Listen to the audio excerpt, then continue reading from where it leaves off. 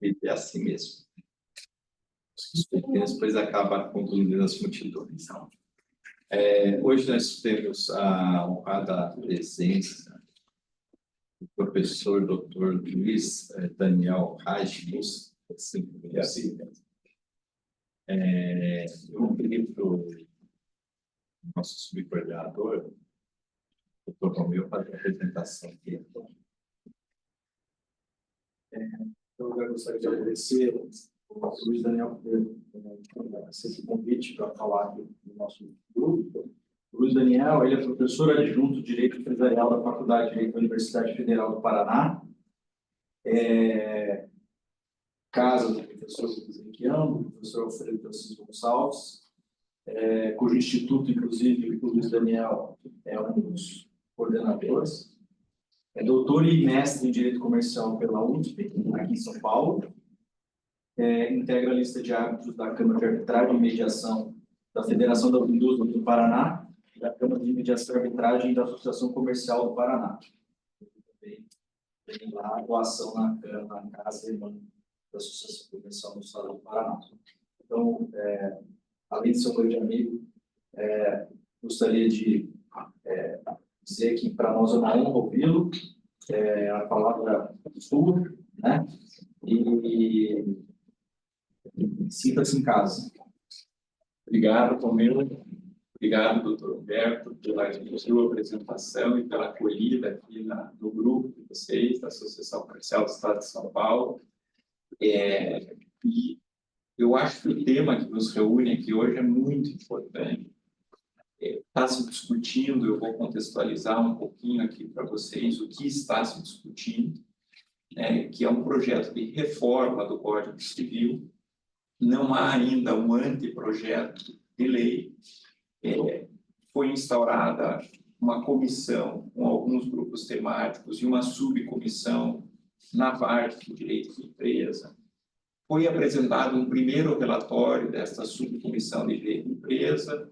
Esse primeiro relatório foi submetido a uma comissão, a comissão relatora geral, e disso resultou um texto que ontem foi discutido no Senado Federal, que é um texto que eu me baseei para fazer as observações que eu trouxe para vocês hoje, com base em algo que a gente está discutindo lá na universidade, lá no Instituto dos Advogados do Paraná e no Instituto do professor Assis Gonçalves, como o Romeu fez a gentileza de lembrar, porque uma primeira leitura desses textos que foram disponibilizados para discussão nos causou uma certa surpresa pelo que foi apresentado. E acho que nós, como advogados, como professores, temos que começar a pensar se vai ter uma reforma, qual é a reforma que nós queremos ter, não é um projeto só da comissão ou da subcomissão. E aí eu acho que eu já faço uma primeira advertência ou provocação que me parece necessária. Ninguém é contra reformar o Código Civil por princípio, né? Não, eu sou contra, não quero que mexa no Código Civil. Pelo contrário, se tem alguma coisa que precisa ser melhorado, se identificam problemas na legislação que rege uma parte tão importante, né, do que gera riqueza, que é a atividade empresarial, então vamos melhorar, vamos identificar quais são esses problemas e vamos melhorar traçando um novo marco legislativo para a nossa disciplina. E aí eu acho que já começam os problemas.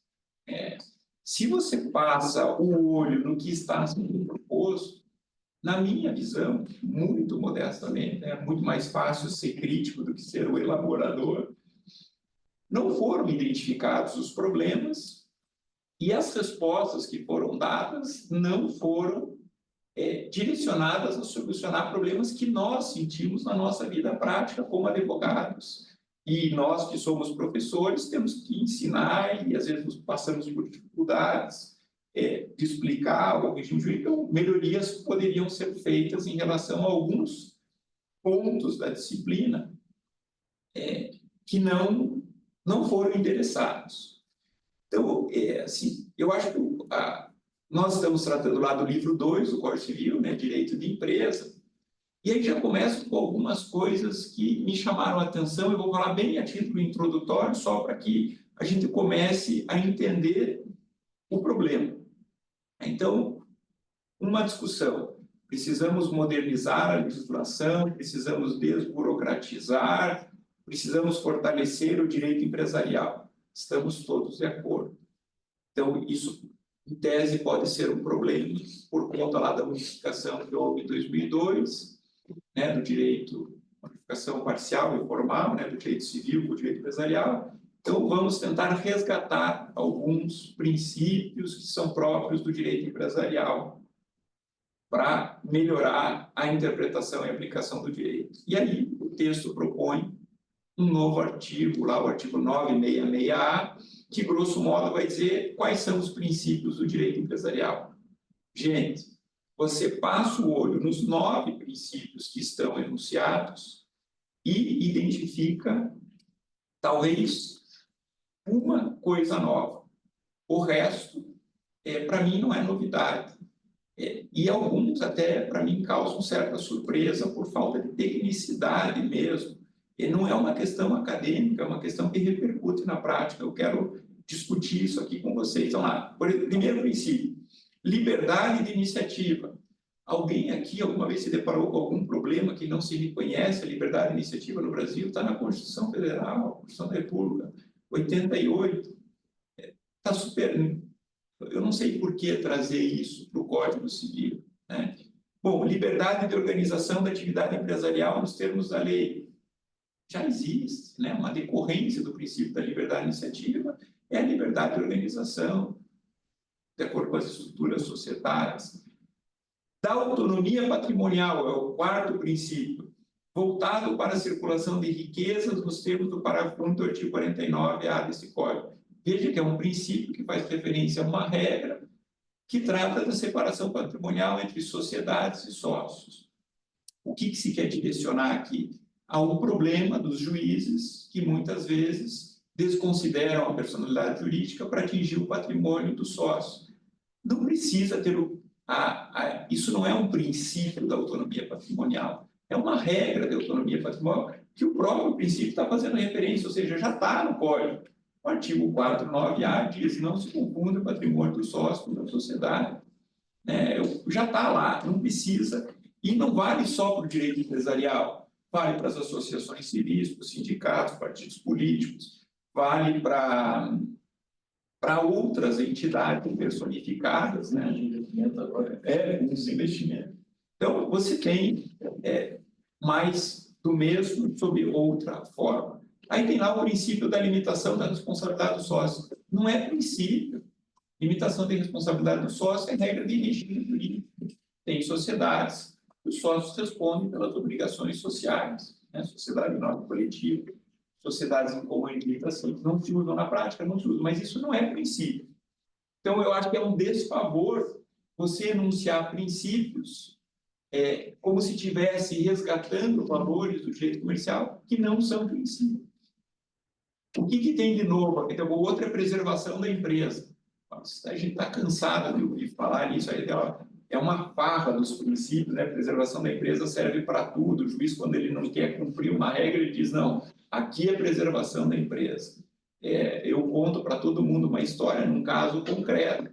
Era um caso de vício de deliberação assemblear, na qual um diretor, e o caso é público, portanto não tem problema, o diretor, fazendo uso de uma procuração dos acionistas, transferia todos os imóveis da sociedade para ele próprio, para fugir dos efeitos de uma falência decretada lá no exterior. E o argumento era, na defesa, preservação da empresa, né? Para fugir dos efeitos da falência do exterior, eu preciso preservar os ativos no Brasil. É um belo argumento para praticar uma ilegalidade, né? A gente não precisa de mais princípio, a gente precisa que as regras que a gente tem sejam observadas. A preservação da empresa serve lá na Lei 11.101, preservação da empresa no contexto do regime de recuperação de empresas, artigo 49. Então, mais do mesmo vai só gerar novos problemas, mais custo de interpretação. Eu acho um problema. O que tem de novo aqui é simplicidade e instrumentalidade das formas você poderia inserir isso num outro contexto, né? Isso é típico do direito empresarial, que é menos formal, menos rígido, né? Se não existe tanto formalismo nas contratações interempresariais como você tem no direito civil, aqui eu acho que tem algo que poderia ser válido. Então, eu acho que começa muito mal com essa enunciação de princípios que não trazem nada de novo. Vamos adiante.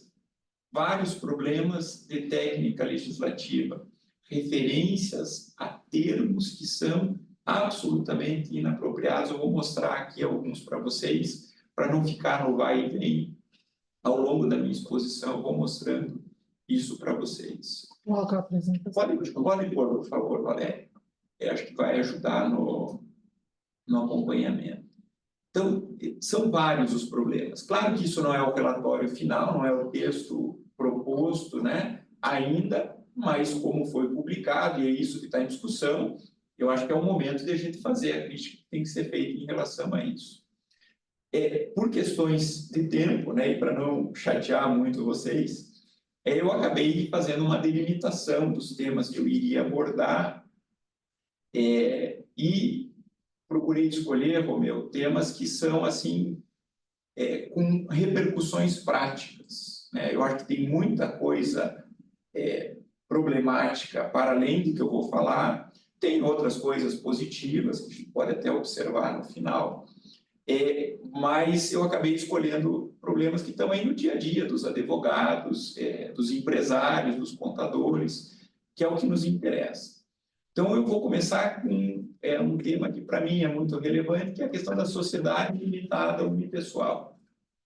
Um instrumento importantíssimo para a limitação da responsabilidade do empresário individual, né? Aqui vocês lembram quando foi inserida a figura lá da EIRELI no ordenamento, que tinha um capital mínimo, que é a entidade com apenas um instituidor, um único sócio para alguns.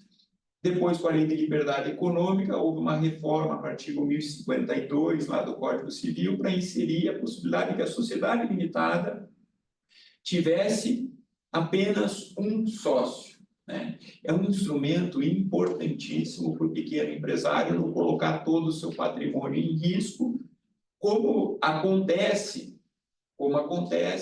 quando ele exerce atividade empresarial como empresário individual registrado na junta.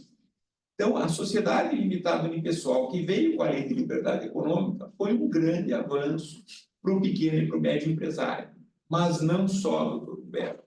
É um instrumento importantíssimo hoje em dia para sociedades estrangeiras que querem constituir sociedades no Brasil e, com a mudança de lei, passaram a poder constituir uma sociedade brasileira, tendo como única sócia a sua sociedade estrangeira, unipessoal.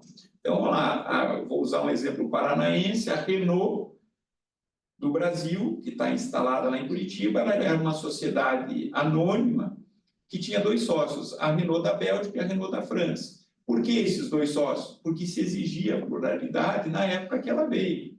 Se ela viesse hoje, ela ia pegar a Renault França e constituir uma sociedade limitada unipessoal, menores custos, sem dificuldades. Está acontecendo isso direto.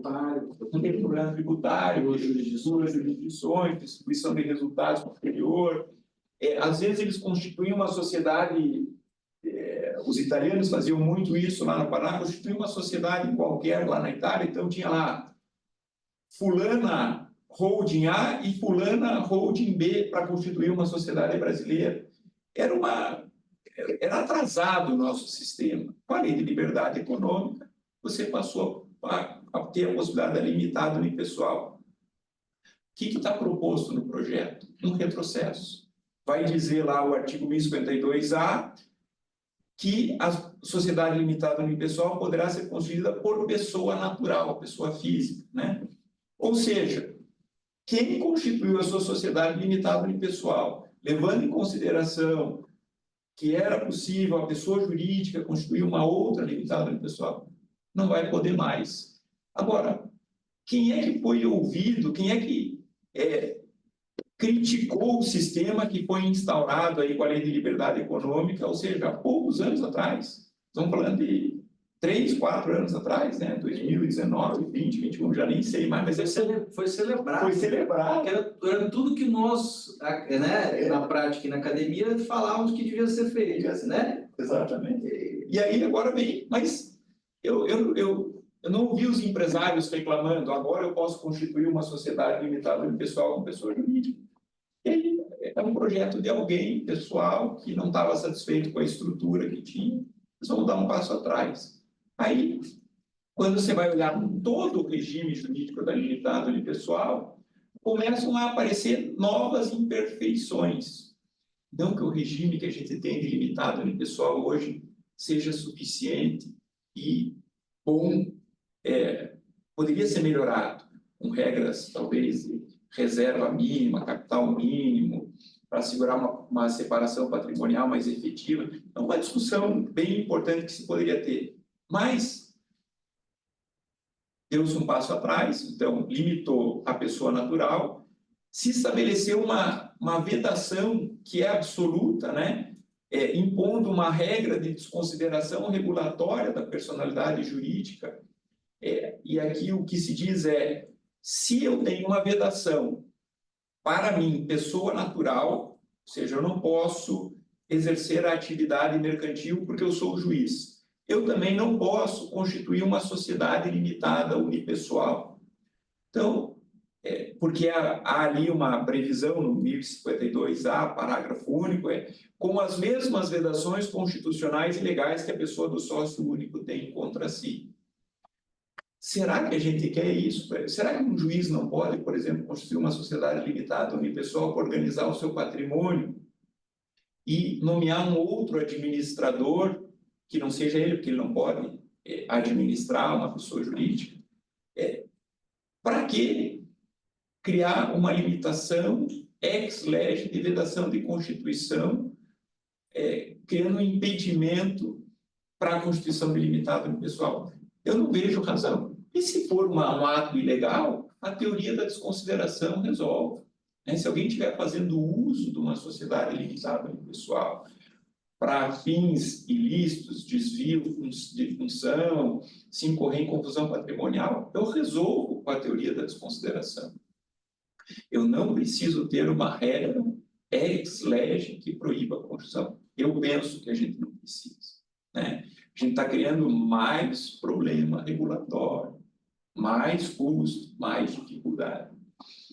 Aí, os problemas avançam. Eu estou falando só da limitada unipessoal, que é um campo vastíssimo, né? Tem lá uma regra de publicidade irrestrita para as decisões do sócio único. Isso não existe na atividade empresarial, né? Tem questões que você quer manter em sigilo. As regras de publicidade são aquelas que afetam interesses de terceiro. E você registra isso aonde? Na junta comercial, né? No registro público das empresas mercantis.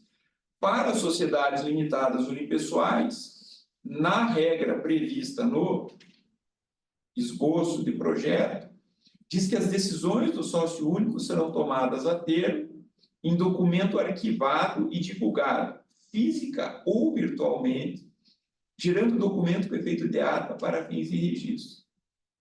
Virtualmente aonde? Ele vai ter que deixar na internet as informações que ele decidiu. Vai que ele decide fazer um contrato de transferência de tecnologia. Ele está obrigado a divulgar virtualmente aquela decisão negocial dele. Não faz sentido. E se for para registrar em algum lugar, mantenha a regra de registro, aonde se registram todos os atos societários na junta comercial. Então, é uma novidade que é imprópria, né? Você vai dar um tratamento diferente para o sujeito que é limitado unipessoal, para que tem dois sócios. O que vai acontecer na prática, Romeu? Vai voltar aquela história. Venha ser o sócio de 1%, porque eu não vou querer ficar publicando tudo em ambiente virtual. Sócio laranja, sócio palha, é isso aí. É um baita retrocesso, né? Mas tudo bem, tem um problema, que é a decisão do sócio único poder ser em conflito de interesse, subir em prejuízo de credores, etc. Você tem lá no direito português, por exemplo, uma ampla normativa para isso, para dar publicidade, quais decisões devem ser tomadas. vamos pegar a experiência de quem está na nossa frente, vamos modelar de acordo com o nosso regime jurídico e talvez importar o que há de bom. Não, fizeram uma opção simplista e que parece interessante, né? Quem olha, vamos dar publicidade, online, é virtual, então é moderno, não é no regime, mas não vai funcionar, né? É custo isso daí na minha visão. Aí eu fui além na sociedade limitada unipessoal e identifiquei mais 3 problemas, aquilo que a gente estava conversando. Cria-se uma limitação à lei de regência supletiva. Não pode a limitada unipessoal ser regida supletivamente pela lei das SA. É um baita ou mais um retrocesso. Isso é útil na limitada unipessoal constituída por empresa estrangeira que quer ter um conselho de administração, por exemplo. Você precisa da regência supletiva. Só fazer uma pergunta da cidade. Você teria um conflito com a LGPD com essa questão da publicação dos dados? Veja, ali o que está falando das decisões do sócio único, né? Então, eu acho que os dados sensíveis ele até poderia proteger, né? E talvez tenha um problema da LGPD, mesmo a depender do tipo de contratação, dados de fornecedores, etc. Não tinha nem pensado nisso, veja a importância, né? Então, se criar uma regra de publicidade irrestrita em ambiente virtual, hoje em dia, talvez seja um baita de um problema. Então, como é que você vai fazer o controle dessa informação, né, se ela cai em domínio público? Porque a regra aqui no Brasil ainda é muito... Acho que ela ainda não é tão forte, mas no exterior ela é muito... Então, tem sido uma regra motriz, né? Uma série de operações. Que é a maneira de você controlar a informação no ambiente virtual. É importante a tua ponderação. Acho que é algo que a gente tem que pensar. Então, limitação à lei de regência supletiva. Por que não admitir a regência supletiva da limitada unipessoal pela lei de sociedades anônimas? Está dando problema isso na prática? Não. É alguém que quis lá dizer, eu não quero que limitada unipessoal seja regida pela lei. E é o contrário. Pelo contrário. É a mais utilizada. É a mais utilizada. E é a que mais faz sentido hoje, né, para os empresários que adotam a limitada unipessoal a depender da estrutura. E aí tem algumas coisas que são meras impropriedades, né? Eu acho que aqui talvez até seja erro de elaboração.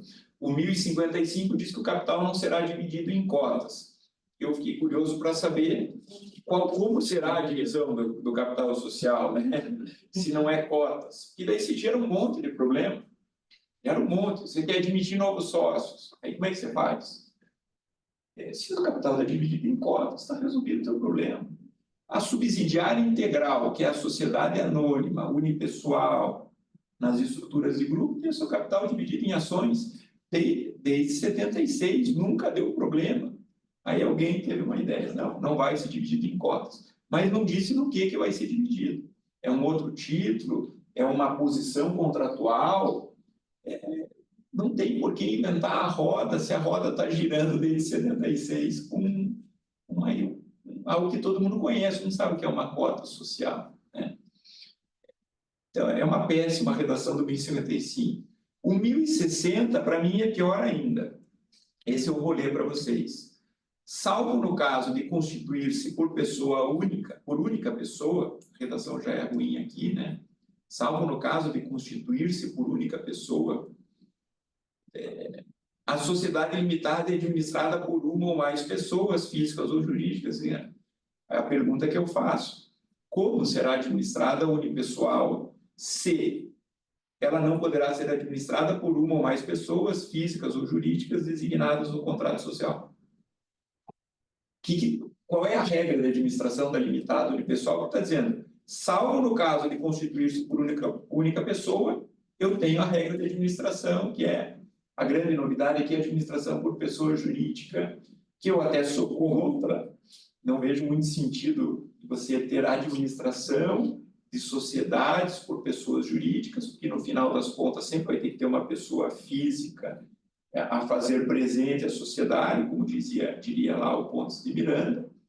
mas que quiseram trazer essa novidade por conta de algumas experiências da administração judicial, nas RJs, já era uma discussão que se tinha. Tudo bem, mas e a limitada unipessoal? Como é que ela é administrada? Não tem solução, péssima redação, não tem porquê essa ressalva. A limitada unipessoal é administrada como a limitada pluripessoal. Não, é um descuido absurdo propor uma redação como essa. Parece que, porque assim, a unipessoal não é um tipo, né? O tipo é sociedade limitada, seja ela pluripessoal, seja unipessoal. Mas parece que estão querendo criar um tipo, né? Criaram um subtipo, que ficou tão diferente do que era antes, que o regime não vai ser o mesmo, porque a regra de administração é diferente, a regra de divisão do capital é diferente. Só pessoa natural pode constituir. Até esqueci. Então, distorceu por completo o tipo que está funcionando.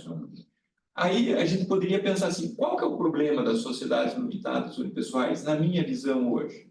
A questão da decisão dos sócios. Poderia-se criar uma obrigatoriedade de que as decisões do sócio único, quando afetam interesses de terceiros, para terem eficácia perante terceiros, fossem registradas na junta comercial. Uma regra simples. Por exemplo, o sócio único vai transferir um imóvel da sociedade para ele próprio. Pode afetar interesse de credores. Se ele decide nesse sentido, a verba-se na junta comercial. É isso que precisa. Um problema que talvez que não foi tratado, que era a identificação disso no nome da sociedade, como é no direito português. Se ela é uma sociedade limitada unipessoal, identifica isso no nome. Mundo mágico das bolinhas, sociedade limitada unipessoal. Pronto, aí o credor, quem com ela negocia, sabe que é unipessoal. Não endereçaram esse problema. Então, criaram várias coisas diferentes, não resolveram os problemas que existem na prática, na minha visão. Tem muita coisa aí para a gente discutir sobre sociedade limitada e pessoal, que eu acho que é um instrumento importante para o exercício da atividade econômica. Essa questão da pessoa jurídica também estaria vinculada a esse novo formato de contratação, de você criar uma pessoa jurídica para colocar as pessoas que estão numa posição de decisão. Mas eu acho que o problema continua, né? Porque daí você vai colocar a pessoa natural, vai criar uma pessoa jurídica que vai prestar serviço para outra pessoa, que é a tal da terceirização. Eu acho que o problema continua, porque ela pode ser constituída por pessoas naturais. Então, eu vou ser contratado como diretor, eu constituo uma limitada pessoal, eu, Luiz, sendo o único sócio, daí presto serviços para a sociedade. Será que o objetivo talvez também não tenha sido considerado nesse sentido, de que eu coloco uma pessoa jurídica dentro da minha administração por conta dessa situação? Eu acho que se o problema era esse, não resolve, vai continuar acontecendo. Vai continuar acontecendo. Porque o que não pode é a pessoa jurídica constituir uma outra sociedade limitada, pessoal. E como eu disse, gente, isso está sendo útil na estruturação dos grupos de sociedades. Nem essa restrição foi assim. Nem essa restrição foi exigida. Por que não constituir mais de uma? Por que não constituir mais de uma? Atividade distinta, às vezes você precisa, né? Segregar atividade. Você tem isso hoje nas SAs, né? Você pode constituir a subsidiária integral. E aí você tem lá o teu ramo de seguro, o teu ramo de securitização, enfim. Por que não permitir ao pequeno e ao médio que eles façam a mesma coisa, né? Porque isso é importante para a segregação de riscos. Princípio, né? Liberdade. Você vai contra aquilo que está possível. Você está dificultando ao invés de facilitar. Pega o projeto de energia, por exemplo. Para cada projeto de energia, você precisa criar uma SPE. Pode ser uma sociedade limitada unipessoal. Exatamente. Né? Uma holding lá em cima para cada projeto, que você precisa segregar, vários motivos. Você não pode fazer isso, né? Isso vai ter que botar um outro sócio junto para poder fazer incorporação imobiliária, mesmo problema. Tem o exemplo do projeto de energia perfeito, que, como você loca a usina toda, né? Então, sim, na minha visão, um baita retrocesso, pouquíssima discussão sobre isso, daqui a pouco isso passa, e quando você vê, você não pode mais fazer. Tá? esse é um dos problemas que eu escolhi por conta das repercussões práticas. O outro, para mim, é a questão do direito de retirada nas sociedades. Nós temos um regime hoje que é relativamente ruim. Por quê? Você tem uma regra no 1029, que é da sociedade simples, que diz que o sócio pode sair da sociedade a qualquer tempo, se de prazo indeterminado, por simples notificação. E você tem uma regra no 1077, que só pode sair da sociedade limitada caso haja uma alteração contratual. Então, você tem uma regra para a sociedade simples, uma regra para a sociedade limitada. Qual que é o problema na prática? Parte da doutrina passou a dizer que na sociedade limitada, quando eu tenho,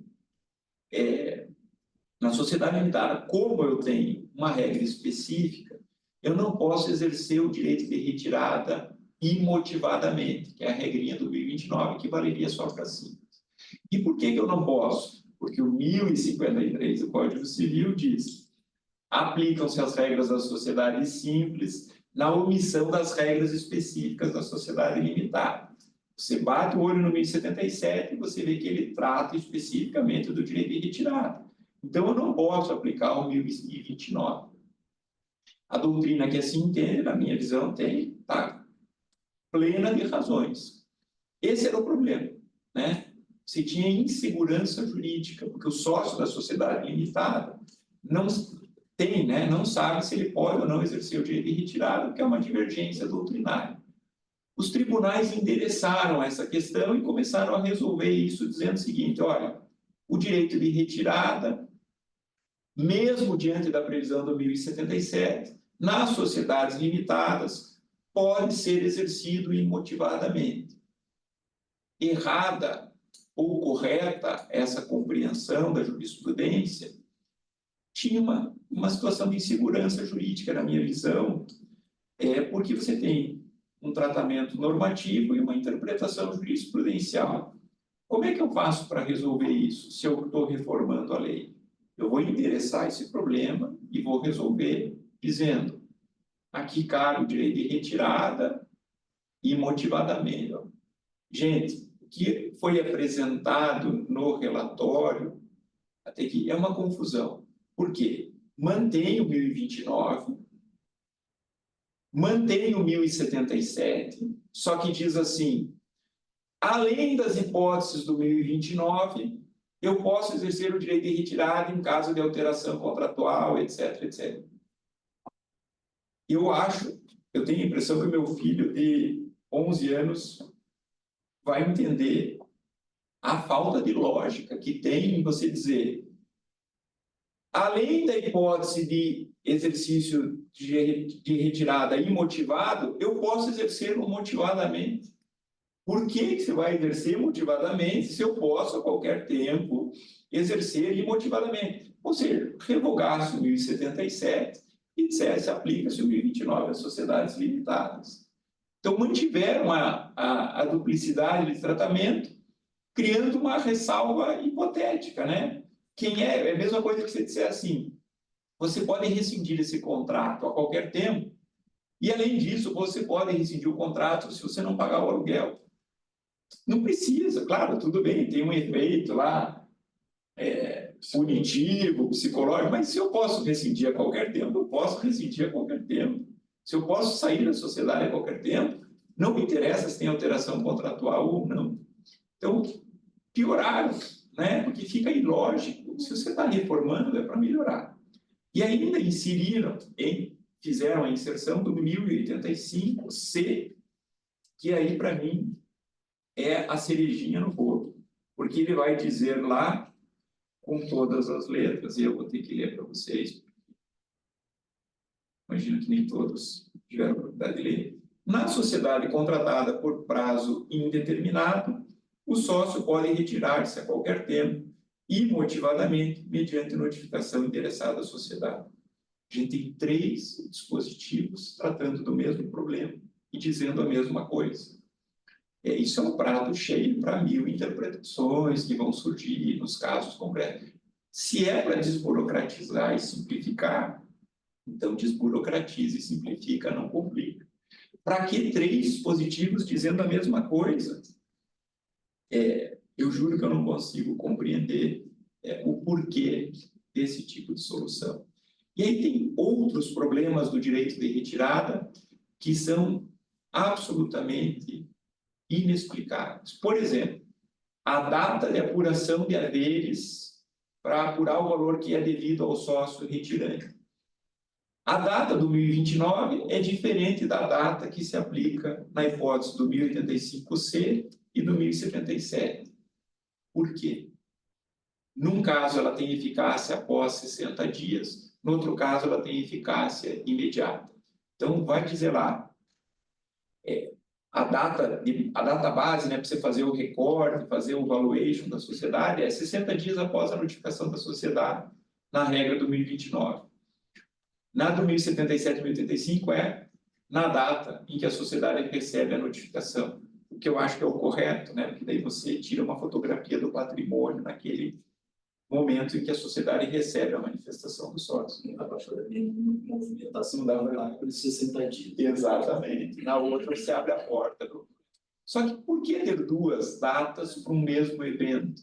Para dar problema na hora de interpretar, porque vai ter juiz dizendo essa notificação, doutor Humberto, só tem eficácia após 60 dias, porque o 1029 diz que ela só tem eficácia após 90 dias.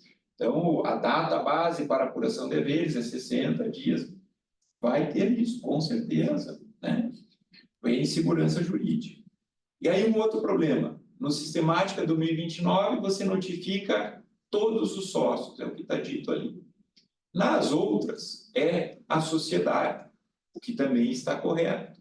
Por que a sociedade e não o sócio? Porque ela é pessoa jurídica, independente do sócio, é o princípio que estava lá, que foi enunciado. Então, eu não preciso notificar todos os sócios, porque é um direito que eu exerço contra a sociedade. Por que o 1029 fala em notificar todos os sócios? Porque ele é uma tradução mal importada do Código Civil Italiano de 42, que está lá nas regras das sociedades simples italianas, que não têm personalidade jurídica. São sociedades não personificadas. Como eu não tenho uma sociedade com personalidade jurídica que se interpõe nas relações entre os sócios, no direito italiano faz todo sentido eu notificar todos os sócios. No direito brasileiro, como as sociedades, todas essas aqui são personificadas, eu não tenho por que notificar todos os sócios, eu notifico a sociedade comunica aos demais sócios para as medidas que se façam necessárias. Não resolveram esse problema. Quem aqui já atuou em uma questão societária como essa, eu particularmente enfrento bastante esse problema, lá a sociedade de médicos. O cara vai exercer o direito de retirada, doutor Humberto. Olha o quadro social, 35 médicos. Como é que eu vou notificar 35 pessoas, fazer a prova da notificação? Tinha que resolver esse problema. Notifica a sociedade, exerce o direito de retirada. Felizmente, a junta lá do Paraná, quando você notifica a sociedade, ela registra, ela averba a notificação da sociedade. Mas tinha que resolver esse problema, né, adequando a legislação brasileira. Não fizeram a melhoria que tinha que fazer, criaram novos problemas. Retrocesso. Eu acho que vai ficando pior na medida em que eu vou evoluindo, se puder passar, Valéria. Para mim, essa é a pior novidade. Mudaram a redação do 1030. O que é a regra do 1030? Possibilidade de exclusão judicial do sócio. O que é a regra do 1030? A maioria dos demais sócios pode deliberar a propositura de uma ação para excluir o sócio, mas excluir judicialmente. Pela redação atual, grosso modo, você pode excluir o sócio majoritário. A doutrina já tinha evoluído há muito tempo para admitir essas circunstâncias. Imagine que eu sou um sócio com 80%, estou desviando recursos da sociedade. O Romeu, que é meu sócio, que tem 20%, identifica essa minha conduta gravosa, que põe em risco a sociedade, e pode ele provocar uma reunião que vai deliberar e que vai ser aprovada pela maioria dos demais sócios a propositura de uma ação.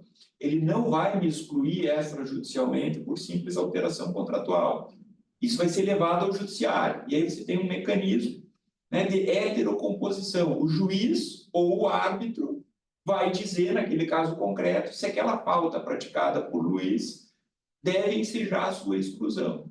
E é importante você ter esse mecanismo, como a gente tem hoje, de exclusão do sócio majoritário, porque senão você abriu a porta para que o majoritário direcione a sociedade como lhe convém, praticando as maiores ilegalidades, sem poder ser excluído, porque se ele não pode ser excluído extrajudicialmente, no regime atual não pode, e é bom que não possa, senão você dá muito poder para a maioria, para a minoria, desculpa.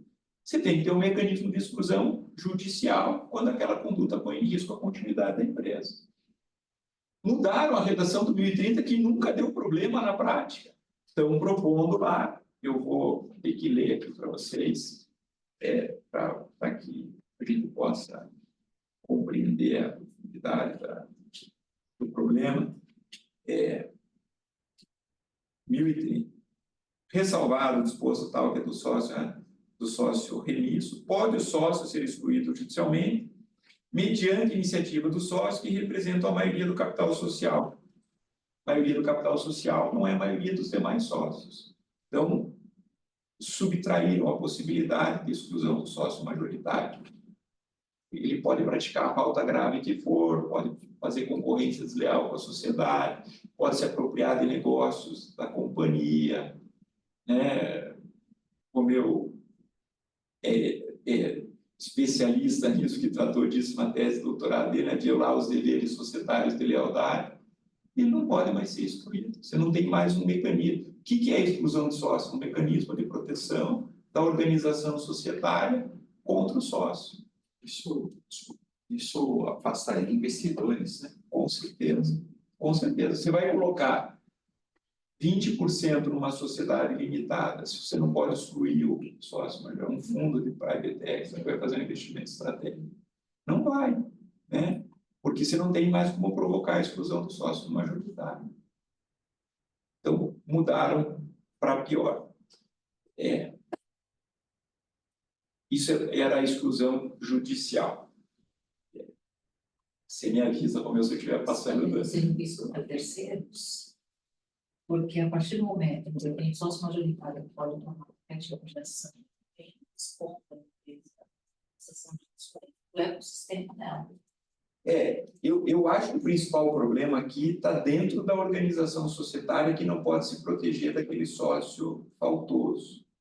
Mas o sócio faltoso dentro das oportunidades dele e vai impactar. Interesses terceiros podem ser principalmente credores, trabalhadores, consumidores. Pode ter um efeito na comunidade, lá nos stakeholders.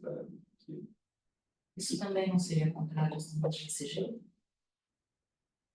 Que aí a gente vai entrar numa discussão que os interesses terceiros nas limitadas afetam e seria um fundamento suficiente para a exclusão. Daí eu acho que é um caminho mais 116 parágrafos da lei das SA, como é que se... Aí eu acho que é uma questão que talvez na limitada não seja tão... Numa companhia aberta é uma coisa, né? Você tem lá uma estrutura real, que aí você repercute mais na esfera terceira. Olha, eu não traria isso assim... As da SG vão ser usadas aqui na cidade, pequenos e médios, estaria. Não, mas eu acho que assim, você tem que pensar assim, se isso tem a ver com medidas de expulsão de um sócio, né? E eu acho que essa é uma reflexão, né? Eu acho que eu não tenho resposta para isso. Talvez possa prejudicar o ambiente do negócio, né, diretamente. Mas com certeza é um problema muito sério na estrutura interna daquela sociedade. Porque você não tem mais como proteger o sócio. Agora vejam a contradição, né? Então, na minha visão, pioraram o regime de exclusão judicial e no regime de exclusão judicial você tem sempre o juiz ou o árbitro que vai fazer o controle de legalidade daquela postura. O regime de exclusão extrajudicial hoje funciona assim, a maioria absoluta do capital social pode excluir extrajudicialmente outro sócio, é o 1085. Mexeram na redação do 1085 e aqui eu confesso para vocês que não tenho a resposta. Mas eu acho que ficou pior. O 1085, na redação proposta, vai dizer o seguinte: prevista no contrato a possibilidade de exclusão do sócio minoritário por justa causa, até aqui está tudo certo, sempre foi assim. Já era assim antes do Código Civil 2002. Os sócios, olhem o problema, com representação de mais da metade do capital social, por maioria, podem deliberar que um ou mais sócios. Os sócios, com mais da metade do capital social, ou seja, eu estou pressupondo uma reunião com 51% do capital social, podem, por maioria de 51 é diferente de maioria do capital social, ou maioria absoluta do capital social, que é a regra hoje. Então, corre o risco de eu ter uma 25,5, eu excluo o sócio extrajudicialmente. Com 25,5 eu não posso excluir judicialmente, que tem o juiz para fazer o controle, mas posso fazer extrajudicialmente. Da leitura que eu estou vendo aqui. Da onde que vem essa regra aqui, né? Ou essa redação, assim, eu vejo isso lá numa decisão do Superior Tribunal de Justiça, absolutamente equivocada, que permitiu uma exclusão extrajudicial pela maioria do capital apto a votar, que é uma decisão que transformou o quórum de exclusão extrajudicial no quórum que é a do 1030, a maioria dos demais sócios. O Adamec, nosso amigo, comentou lá na revista, acho que está até na revista do IDSA, criticando a decisão. Só que eu não sei se está claro para vocês a contradição, né? Quando eu tenho exclusão judicial, eu posso admitir que a minoria exclua a maioria, porque o juiz vai fazer o controle do ato. E a exclusão só vai ocorrer com o trânsito em julgado da sentença. Quando eu tenho exclusão extrajudicial, eu tenho que ter uma regra que diga: a minoria não pode excluir a maioria, porque o controle vai ser feito ex post, né? Depois vai ser feito pelo juiz ou árbitro, no caso concreto. Então, a exclusão extrajudicial tem que ser dificultada. A exclusão judicial pode ser facilitada, porque, como eu disse já 3 vezes, né, tem o controle do juiz ou do árbitro. Pioraram a sistemática que, na minha visão, estava funcionando muito bem. Eu acho que é um baita de um retrocesso assim, para os litígios societários. Para mim, na minha leitura ali do 1085, o parágrafo 3º que foi inserido, está permitida que você convoque uma reunião e a maioria do capital apto a votar exclua os sócios. Você imagina numa limitada, tem lá um sócio com 51, ou melhor, um sócio com 26, um sócio com 25 que formam 51 e outro sócio com 49. Você convoca uma reunião, o que tem 26 delibera a exclusão do que tem 49. Adeus, que é a maioria, porque o que vai ser o excluendo não pode votar. Então, é maioria dentro dos aptos a votar. Pode ser que a minha leitura esteja equivocada, né? Eu coloco aqui para a gente refletir. Mas é um problema prático, né? Mais uma vez, vai gerar mais litígio, mais discussão, mais interpretação, mais insegurança. Se a ideia era melhorar, vamos identificar o problema, que eu acho que nem tem em matéria de exclusão de sócios. Não há esse problema, mas mudar a redação do que estava funcionando.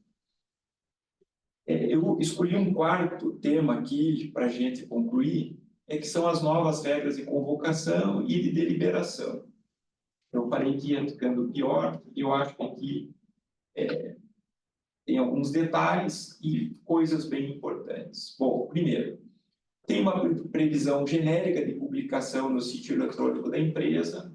Estou de acordo, facilita, não tem por que ficar fazendo publicação em jornal de grande circulação nem existe mais. Está plenamente compatível. Só que lá no 1152, parágrafo 3º, vai dizer lá: colocada no sítio eletrônico da sociedade como uma condição para que a convocação seja eficaz. Isso é um problema absolutamente prático.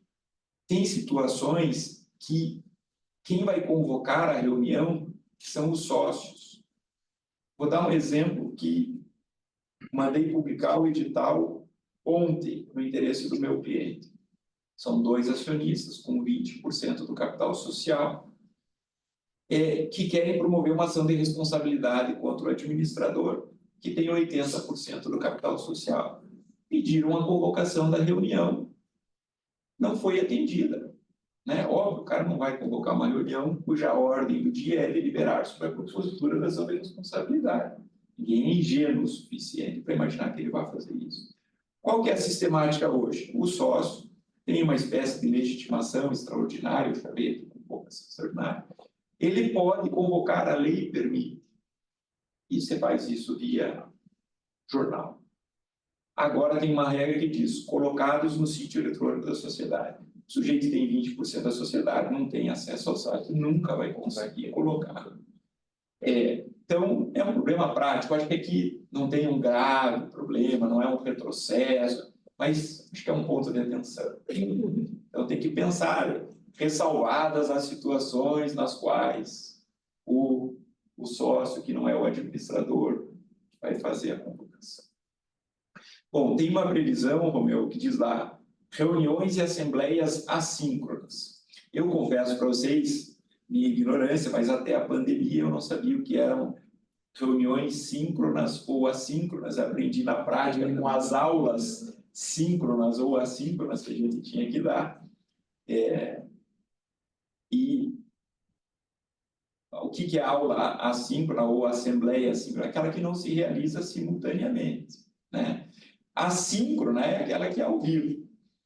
Eu estou pensando aqui o que é a assembleia assíncrona. Vamos fazer uma assembleia aqui e depois o pessoal assiste o que aconteceu. Eu acho que a ideia era estabelecer uma sistemática de voto à distância, por boletim de voto, etc. Mas esse regime já existe na lei das SA. Importa, está funcionando. Então, é mecanismos de voto à distância, né? Ou participação assíncrona. Não assembleia assíncrona. É aquilo que eu falei lá no início, né? Impropriedade terminológica.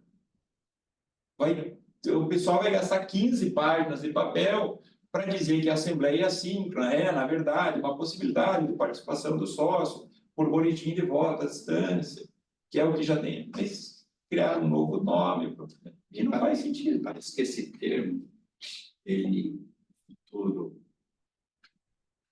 ao longo dos anos, ele tende a ganhar um significado próprio, diferente da pretensão do legislador. Exatamente. Isso que É um termo que faz sentido nesse momento, nesse contexto cultural, da pandemia. Mas também não não é é essa jurídico. possibilidade de você ter sócios. Não, sim, mas o termo que foi usado... Negócios aqui, Qual é o você termo pensa em mais- empresas de tecnologia. Mas esses termos de moda, tecnologia, eles estão mudando. Daqui a 10 anos ele assume um outro significado, daqui a 20 diferente. E aí, um juiz lá do futuro, ou sem intérprete dele, dá um significado. Talvez muito impróprio para isso. Mas, assim, é que isso não é jurídico, não é societário. Isso. Por quê? Esse problema foi resolvido na pandemia. Ela, inclusive, escreveu um artigo sobre isso. Que você fala sobre a assembleia presencial, a assembleia híbrida e a assembleia 100% virtual, né? Que é o modo de realização da assembleia, primeira coisa. A outra coisa é o modo de manifestação do voto. Ou seja, eu estou lá presencialmente e manifesto o voto oralmente. É híbrida. Eu não estou lá presencialmente, eu estou virtualmente, mas eu manifesto o voto. E a outra forma é o boletim de voto à distância, que antes mesmo da Assembleia ocorrer, eu já mando minha manifestação de voto, que é comuníssimo nas companhias abertas. Isso já é pacífico, não tem discussão sobre isso. Então, por que não adotar um sistema que já funciona super bem nas companhias, para as limitadas que queiram fazer a Assembleia virtual? Não. Precisa criar uma terminologia que ninguém sabe no direito societário. Se você for perguntar para qualquer advogado de direito societário, qualquer pessoa, ninguém vai saber explicar o que é assíncrono para uma assembleia. Né? O que é assembleia assíncrona? Então, assim, você está criando uma confusão, né? E totalmente contrária à premissa da proposta de reforma, que é simplificação, desburocratização, isso daí só está complicando. Se vocês deslocar essa palavra síncrono, ou assíncrono, para física, por exemplo, e depois para engenharia, você entende que tem que ter duas coisas acontecendo ao mesmo tempo. Então, por exemplo, uma engrenagem, ela pode ser síncrona ou assíncrona, porque tem duas engrenagens. Eu entendo, agora, olhando para olhos não juristas, mas muito empresarial, o empresário não é jurista. O empresário, Sim, claro. mesmo contador, ele não é jurista. Eu entendo assim, assembleias assíncronas, eu me vem na cabeça duas assembleias acontecendo ao mesmo tempo. Mas ele não pode, porque a Assembleia é única. Não, eu sei, essa terminologia, sabe de onde veio essa terminologia? Essa terminologia veio do mundo acadêmico, né? Então a gente pode dizer que é uma terminologia pedagógica, tá? Né? Começou a ser utilizada no mundo acadêmico, para dizer se a aula era online, sim, ou se a aula era presencial, ou se a aula era híbrida, presencial e online. Basicamente isso. Ou se a aula era gravada, isso. Gravada, ou se a aula era online ao vivo.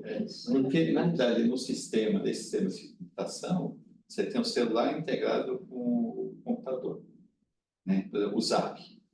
Aí você coloca síncrono ou assíncrono. Síncrono, qualquer modificação em um dos aparelhos, ele automaticamente modifica o segundo aparelho. Então, por isso tem que ter dois sistemas. Síncrono e assíncrono faz sentido. Se tiver duas coisas, ou mecânica ou eletrônica, né? E assíncrono, eu modifico um, mas eu não vou modificar o outro. O outro eu modifico quando der o comando de modificação do segundo. Então, para mim, assembleias assíncronas, desculpa, assim, sair totalmente do mundo jurídico, imaginando alguém interpretando isso. Você tem duas assembleias e necessariamente elas não estão ao mesmo tempo. Isso é tão que já completamente destrói o sistema, porque a Assembleia pressupõe que seja ocorrendo. Te digo como empresário que foi a minha interpretação inicial. Exatamente o que você está falando. Isso. É como se estivesse ocorrendo fora do mesmo tempo. Tem duas coisas, né? Por exemplo, Dois assuntos totalmente aleatórios, diferentes. Então você pode botar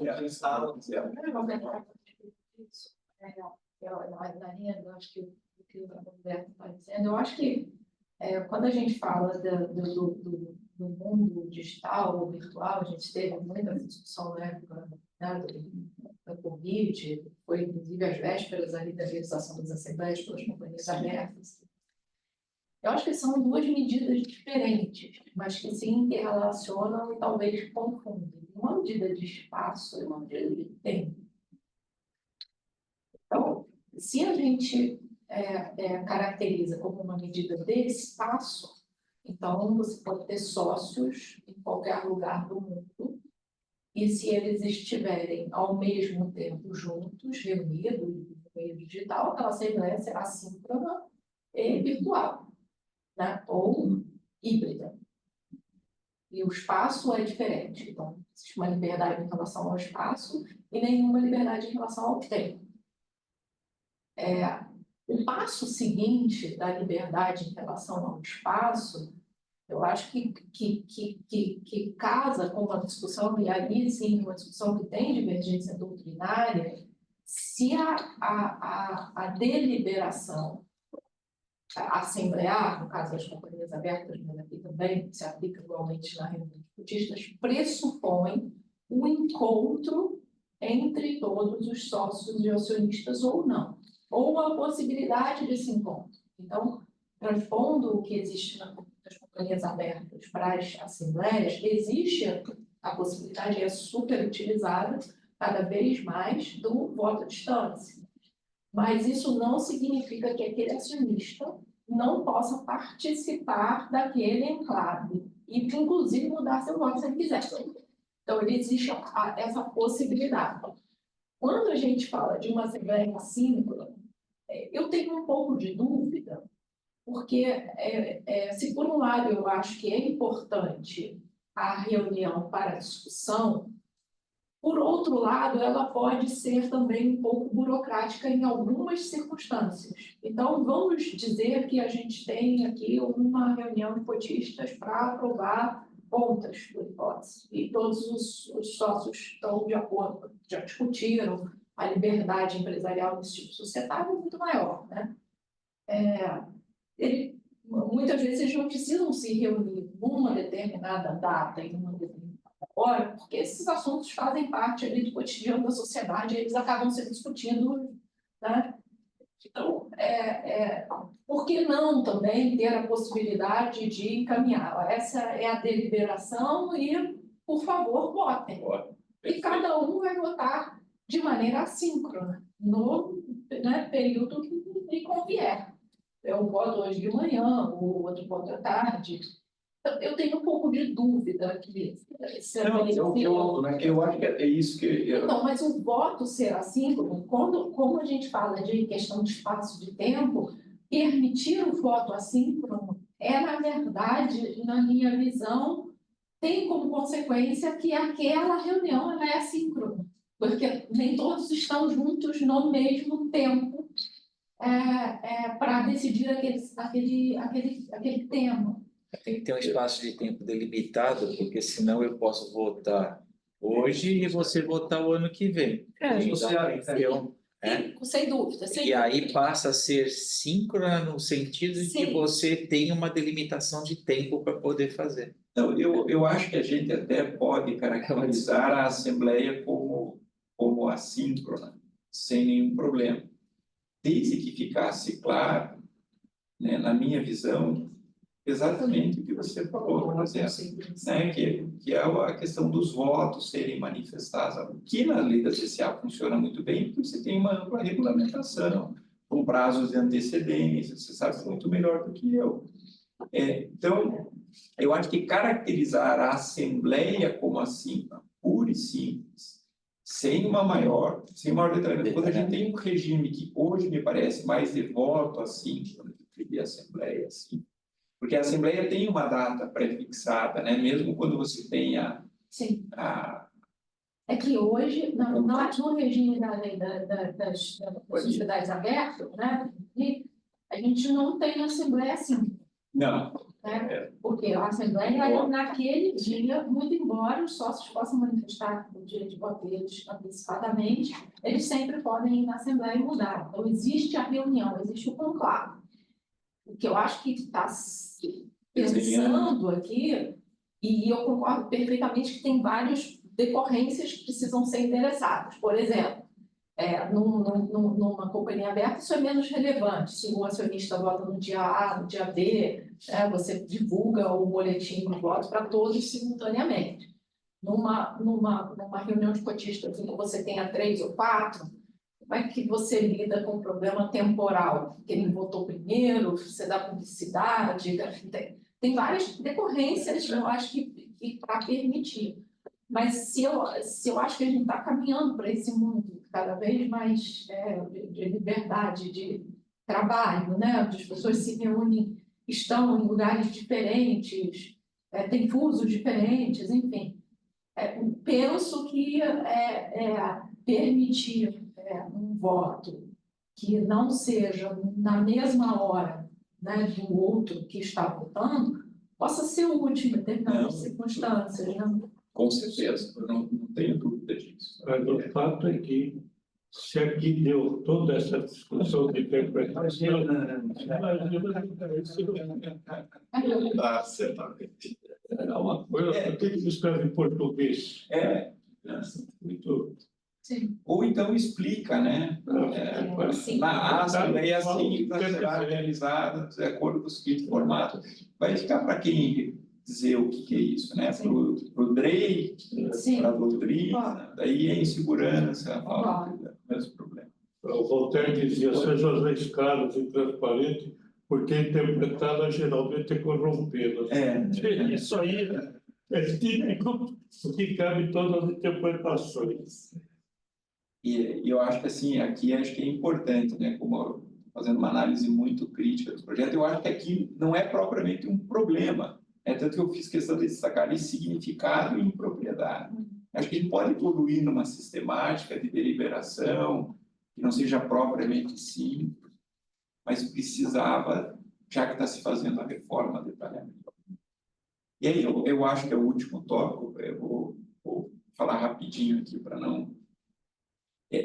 Tem uma regra que aqui eu acho que é problemática, né? Dispensa-se a reunião assembleia quando sócios representativos da maioria do capital social decidirem por escrito sobre a matéria que seria objeto delas.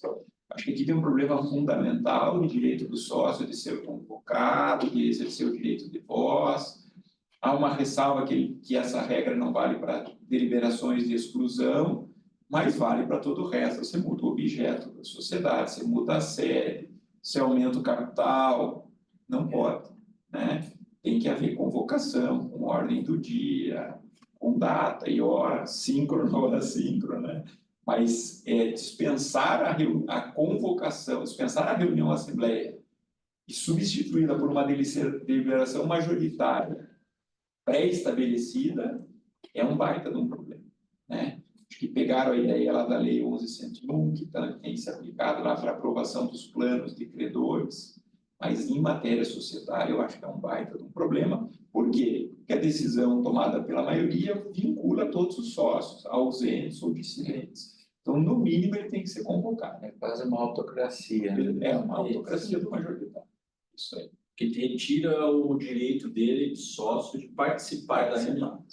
O direito essencial de ser convocado e de debater, né? O direito do debate. De voz, né? De voz. Até para convencer os demais. Exatamente. Se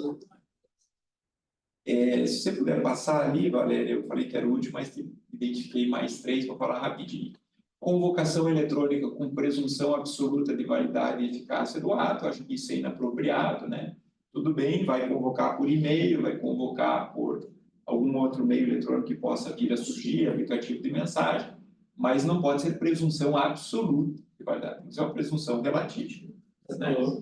No cadastro positivo, tinha essa discussão há 10 anos, se convocar por e-mail, por azar, então tem que ter a carta, a convocação. A lei prevê essa possibilidade de usar os meios eletrônicos, mas até hoje está discussão. Tem que ter algum tipo de certificação, né?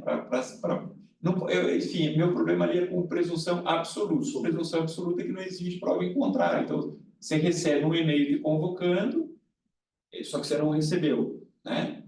Foi para o endereço certo, você não leu, estava viajando, e ocorre a reunião. A presunção é absoluta? Não, eu posso fazer uma prova de que eu não recebi, meu serviço se perdeu no servidor, tem diversos problemas que podem... a convocação assinada por quem não tinha poderes para convocar. Enviada eletronicamente, presunção não presunção, prova contrária. É um baita de um problema. Bom, tem uma ampliação de possibilidade de representação em reunião de sócios. Hoje você pode ser representado em assembleia por outros sócios, administradores ou advogados. Por que advogados? Por conta do dever de sigilo profissional. Amplia-se a regra para qualquer pessoa, qualquer terceiro. Eu acho que aqui é um risco para a organização societária. Se permitir o acesso de qualquer pessoa, ainda mais uma sociedade limitada. Que não seja sócio, não seja administrador e não seja advogado, ou seja, não esteja vinculado ao dever de sigilo. Então, vou lá e dou uma procuração para um terceiro qualquer, meu vizinho, e na reunião da minha família lá. Não faz sentido, não tem por que essa ampliação. Se se quer ampliar para algumas modalidades, eu acho que era bom especificar, né, a quem mais poderia ser otorgada essa procuração para representação em assembleia. E, por último, o 1076 mudaram a redação, é a regra de quórum, né, quantitativo de votos necessários para aprovar uma deliberação, é uma regra de maioria absoluta, só que a redação, tal como está, dá a entender que todas as deliberações, salvo disposição contratual diversa, serão tomadas por votos correspondentes a mais da metade do capital social, implica ou não em alteração do contrato social. poderia ser todas as alterações, salvo discussão, serão tomadas por votos correspondentes a mais da metade do capital. Impliquem ou não em alteração do contrato social, eu já acho que não precisava. Mas o principal problema está em salvo previsão contrária no contrato social. A regra hoje é, salvo se maior quórum não for previsto no estatuto, no contrato social, é por maioria absoluta. Significa dizer, o contrato social só pode majorar o quórum. Assim, se quiser, pode encerrar a apresentação, Valério, para poder ver se tiver alguém online. A regra é, só posso majorar o quórum, nunca reduzi-lo. Né? É assim nas SA fechadas também, só posso ter regra de qualificação de quórum, nunca redução. A redação como está me faz ler que eu posso agora reduzir, porque em princípio não haveria problema nenhum na redução, exceto um problema teórico, que é a majoração do quórum serve para proteger o minoritário. Quanto maior é o quantitativo de votos necessários para aprovar uma deliberação, mais os sócios têm que se reunir e chegar num consenso. Quanto menor é o quórum, eu tenho menores núcleos de poder, né, para aprovação de matérias. Pode até ser que seja conveniente permitir a redução de quórum. A minha única dúvida é, será que a intenção era admitir a redução de quórum ou é um problema redacional? Eu não encontrei discussão sobre isso, né? Por isso que eu trouxe essa última questão. Eu, particularmente, acho que não se deveria permitir a redução de quórum, porque isso tira a proteção do minoritário. Dou um exemplo muito rápido. Você tem lá 49% do capital social e o contrato diz que você... e o contrato... estabelece um quórum de... Não, o exemplo não vai fechar. Você tem 51% e o contrato prevê que as deliberações serão tomadas por 35%.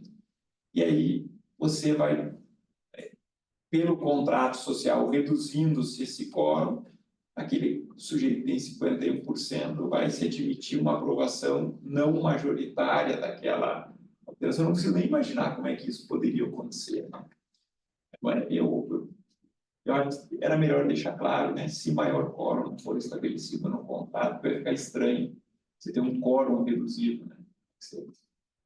Será que uma matéria votada por 35% foi aprovada? Acho que era isso, pessoal. Aqui é só uma dúvida mesmo, né? Pode reduzir o quórum ou não pode? Acho que era isso. Muito obrigado, professor. Eu vou... O outro tem um calogema assim na frente, que é o que tinha aceito o horário. E perdi um pouco. Eu 11h30, né? Eu vou abrir a palavra para a mesa. Eu gostaria de pôr uma ditadura pela importância do Dr. Marcelo Sobremesa, que está dirigindo nossa reunião. E ele tem uma vantagem sobre nós, ele é economista de formação. Ninguém é perfeito, né? Eu ia falar o contrário. Já é mais perfeito que nós, que somos já juristas de formação, né? Mas eu gostaria que o senhor fizesse um comentário sobre esse tema. Eu gosto muito dessa questão. Estamos virando tudo. Eu participo da reforma tributária, eu estou acompanhando desde o nascimento. Mas vem de ideias pré-concebidas para a lei, não da análise do problema para as soluções. Então, a pergunta que eu faço, tem uma exposição de motivos que justifique essa mudança? Ainda não foi disponibilizado no relatório, porque ainda existia um relatório da subcomissão, com algumas explicações, e as explicações eram muito simplórias, assim. E quando veio esse relatório final, foi consolidado pela relatoria da comissão, eu não encontrei a exposição de motivos. O que eu tenho ouvido, né, falaram ontem no Senado, são sempre explicações mais genéricas. E aí eu sempre lembro daquele ditado, né, o diabo mora nos detalhes. Então é muito fácil você anunciar uma reforma, dizer que vai haver a melhoria do ambiente de negócios, que se quer modernizar, que se quer desburocratizar, e em concreto, quando você passa a lupa, você não encontra esse resultado. E essa que é a nossa preocupação hoje. Por favor, essa parte comercial empresarial é o pretexto para as outras coisas que querem mudar no código e que vêm todas já prontas na visão ideológica. Então, mas de qualquer forma, na parte empresarial, também não fizeram o caminho de criar uma comissão de especialistas, tudo isso, para apresentar as propostas partindo dos problemas. Eles fizeram algumas discussões, não se pode negar, mas eu acho que é um espaço muito curto de tempo. E estão prometendo um relatório para sexta-feira agora, né? Também a gente vai formar tudo. Fizeram algumas discussões, depois no dia votaram totalmente outra coisa. Aí tem as emendas, né? E se eu puder contribuir pela leitura, inclusive, de outros, da parte de contratos, por exemplo, né, percebe-se que a justificativa das modificações, muitas vezes, são decisões judiciais que não são decisões necessariamente consolidadas ou pacificadas. Né? Porque a gente já tem um problema, que não necessariamente uma decisão judicial é a melhor base para a modificação da legislação, porque às vezes a decisão está errada. Né? Ainda mais quando não é uma decisão que passou por várias análises. Né? Então, assim, você pega uma decisão de um caso no STJ e decidiu de um jeito, usa-se aquele acórdão para alterar a lei. Será que aquela decisão está correta? Será que aquela decisão espelha a realidade nacional?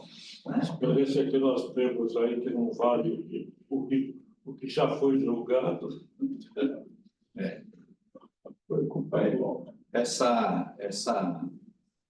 Nessa linha, só para esclarecimento,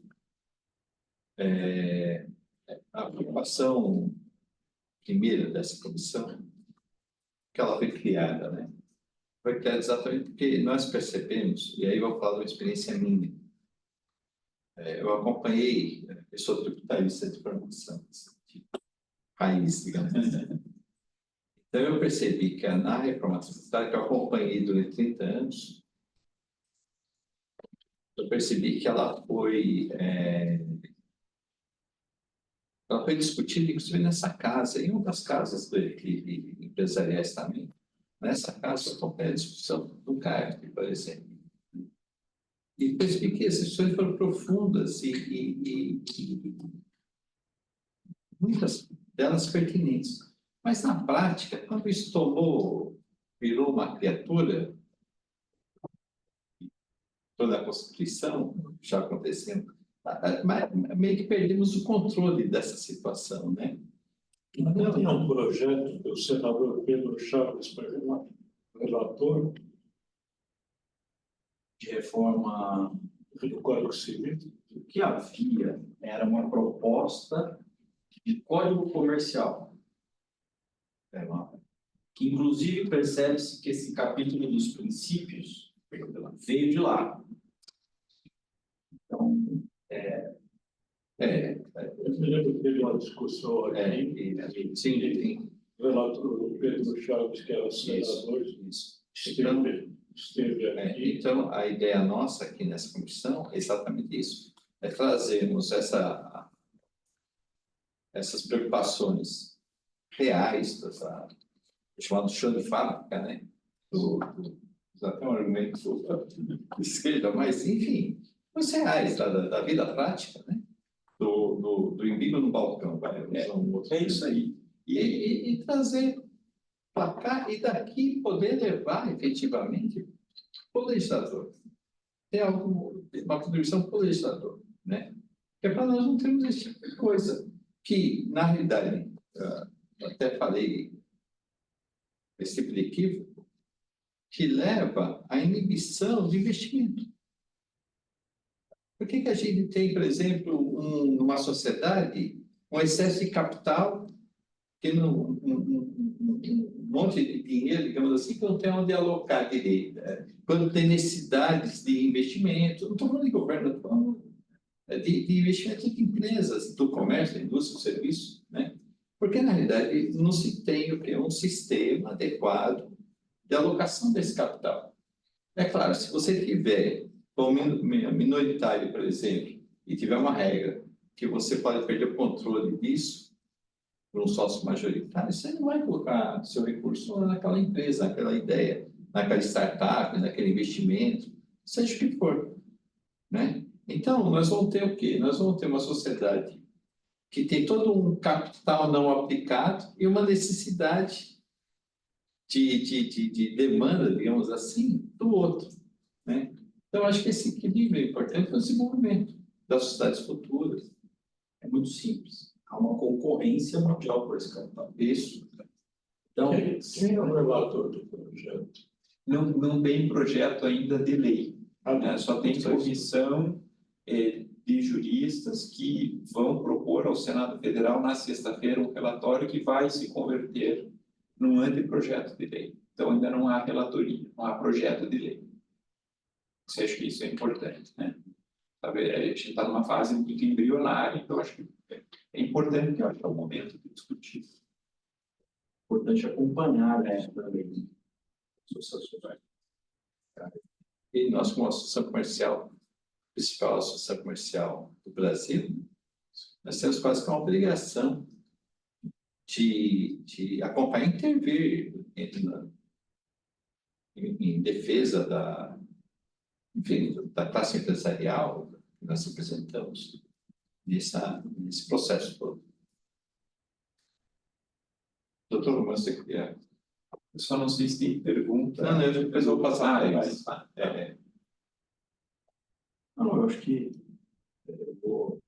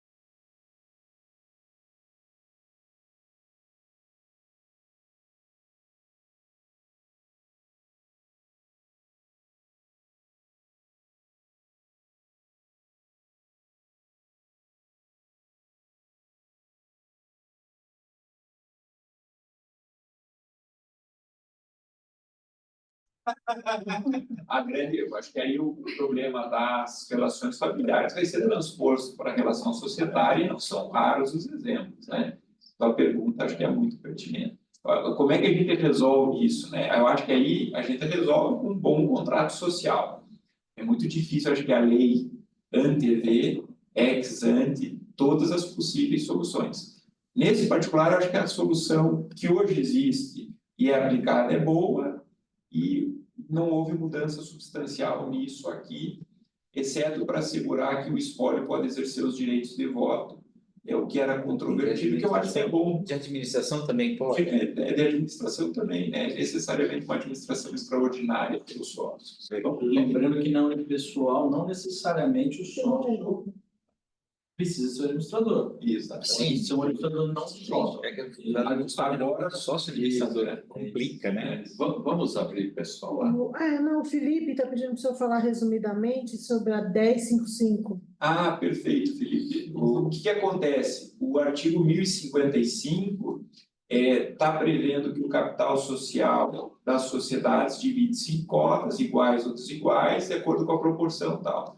Só que no início do 1055 ele faz uma ressalva dizendo, exceto para sociedades constituídas por um único sócio. Ou seja, não está dizendo que o capital social das sociedades unipessoais não se dividiria em cotas iguais ou desiguais. Então, a minha pergunta, e aí é uma dúvida mesmo, né? Será que ele está querendo dizer que não se divide em cotas? E como é que se divide o capital da unipessoal? Eu não vejo razão para essa ressalva inicial. Essa é minha única ponderação ali em matéria de sociedade limitada unipessoal. Como é que se divide o capital social da sociedade limitada? Em cotas, né? É uma cota única ou diversas cotas titularizadas por um único sócio. Como é nas subsidiárias integrais, como é em qualquer sociedade unipessoal. Então, a gente deu um passo atrás que ficou parecido com aquela figura da Ireli lá que está sepultada. Mas não sei se ficou claro para o Felipe lá também. Só essa mesmo. Doutora, Eu tenho duas colocações aqui a propósito de dois temas e eu gostaria de ouvir sua opinião. O primeiro é o seguinte, me parece que o maior problema hoje do empresário brasileiro é a contaminação do seu patrimônio pessoal, em particular das dívidas tributárias e trabalhistas, né? Essa é a realidade que a gente vive hoje e me parece que isso é bastante prejudicial ao desenvolvimento das atividades econômicas do empresariado de uma maneira geral. Por outro lado, em relação a esta problemática, nós precisaríamos pensar numa solução em que a sociedade unipessoal ou a sociedade limitada, e eu acho que a desconsideração da personalidade jurídica não é a solução para isso, porque, de fato, ela já se submetou como uma solução, não fosse usada para fins de blindagem patrimonial dos sócios, que são efetivamente aqueles que exercem a atividade empresária através da sociedade.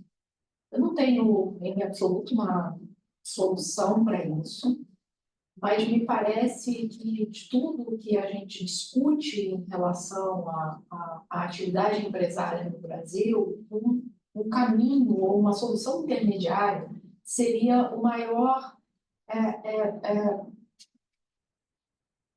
evento disruptivo dessa realidade que existe atualmente e uma criação de maior valor para o desenvolvimento de atividades econômicas, né?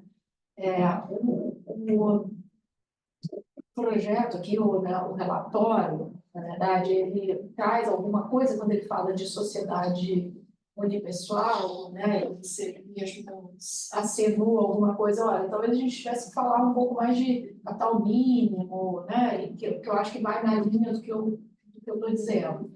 Mas não trata. O problema em absoluto passa largo disso,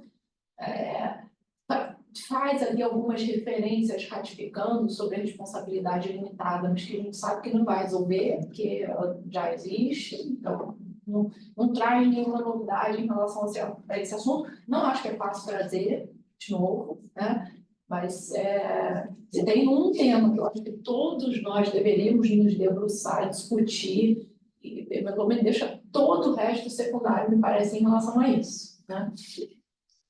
Então, eu gostaria de ouvir sua opinião em relação a isso. E aí, falando de um segundo tema que parece que tem bastante importância também, que o relatório toca um pouco nisso, mas de uma maneira mais superficial que eu acho que deveria, é a questão de apuração de haveres, né? O maior contencioso que existe hoje em relação à sociedade é a apuração de haveres. E a sociedade, como é desenhada para durar muito tempo, é o fórum próprio para ter problemas, porque a realidade muda e aquele contrato que foi desenhado em vista de algumas circunstâncias pontuais acaba não fazendo sentido e é natural também que os sócios saiam, entre outros, né, e que se preserve a atividade empresarial, mas a discussão de apuração de haveres é uma discussão que acaba colocando em risco a empresa, porque o contencioso dessa natureza é ruim para todos os sócios, ruim para os credores, para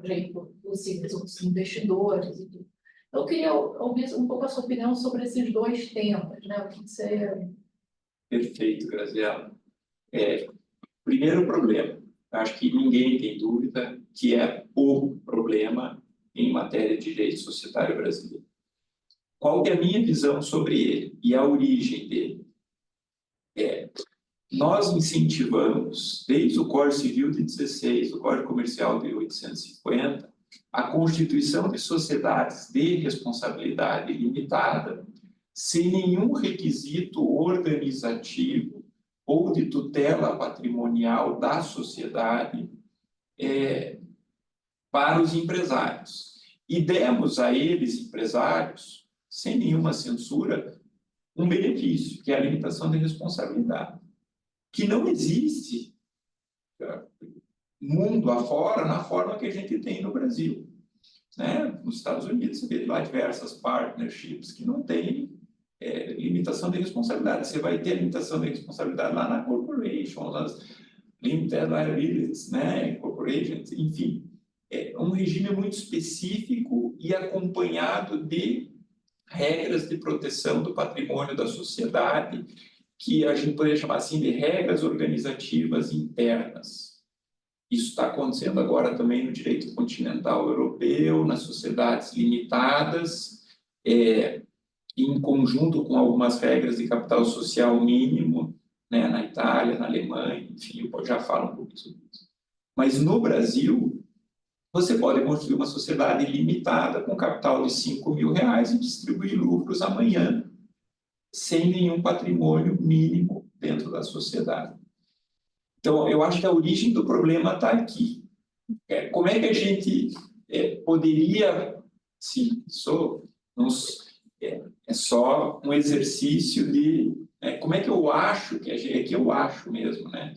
Poderia mudar esse cenário, dizendo, olha, você só pode construir sociedade limitada, se a opção for essa, capital social mínimo, uns R$50.000. E daí o capital exerce a sua função de retenção, ele é intangível para o sócio. Por algum momento, aquela sociedade vai ter um capital de R$50.000, que eu acho que até é pouco. Para a SA, um capital maior, poderia ser uma solução organizativa, capital social mínimo.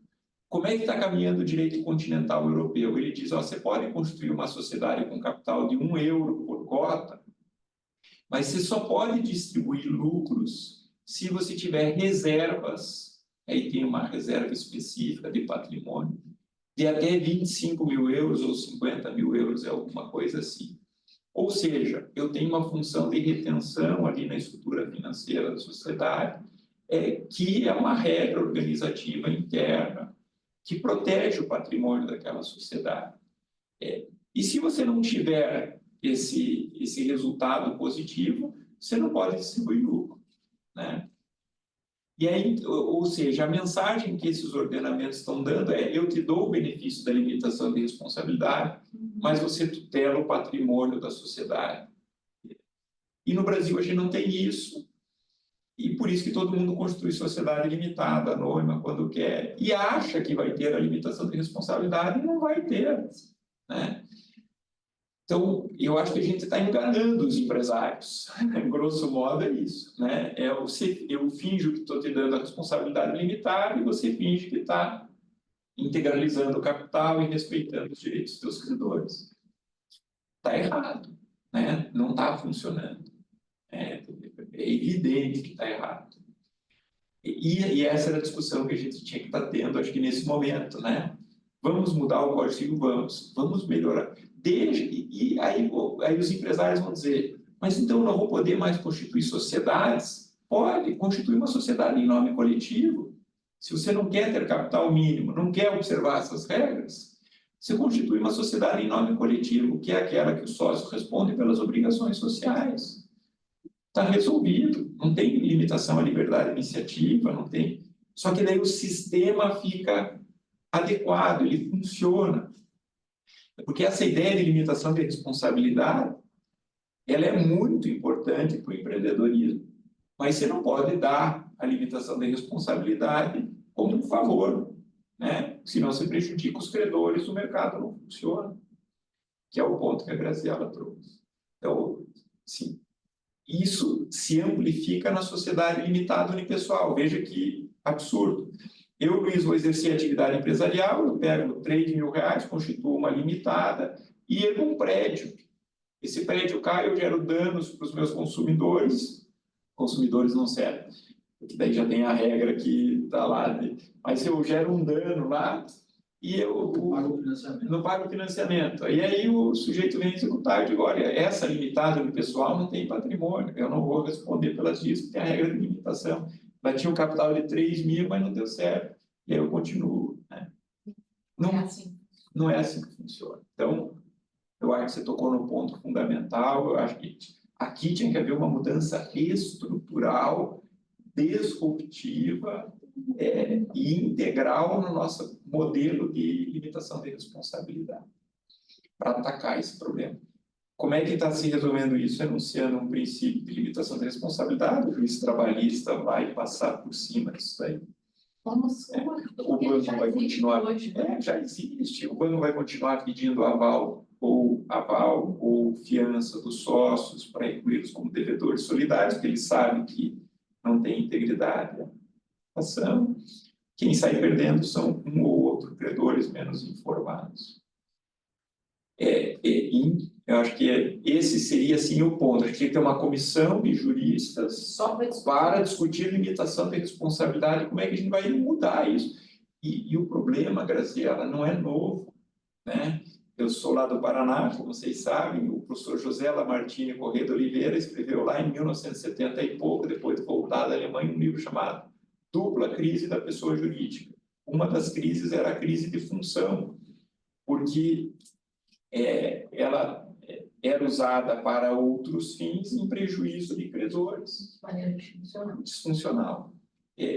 Isso acontece, só que daí o bom empresário e o mau empresário são penalizados pela mesma medida, né? Então, não sei mas eu acho que assim, tinha que ter uma regrinha lá de proteção do patrimônio. Eu acho que a melhor solução é a do direito continental europeu hoje, né? Se você chegou num nível de patrimônio líquido que não corresponde àquele montante, você informa a tua insolvência, você encerra as tuas atividades, faz um fresh start, está tudo certo. Mas não fingir que você está limitando a responsabilidade. Então, eu acho que assim, problema número 1 a ser resolvido. E o segundo problema, você perguntou, né? O problema da apuração de haveres. O que acontece em matéria de apuração de haveres? Geralmente o contrato tem uma cláusula padrão que não resolvia o problema, e você tem na lei dizendo, salvo previsão contratual em contrário, você vai avaliar ativos e passivos a preço de saída, etc, etc. Isso chegava no judiciário, o judiciário dizia, não, aqui não vale a regra contratual, tem decisão do STJ nesse sentido lá atrás, aqui é fluxo de caixa descontado, porque a cláusula contratual prejudica o sócio que está se retirando. A cláusula só vale se ele der a sua aquiescência. Uma decisão com vários problemas, mas todo mundo começou a acreditar. Agora é fluxo de caixa descontado.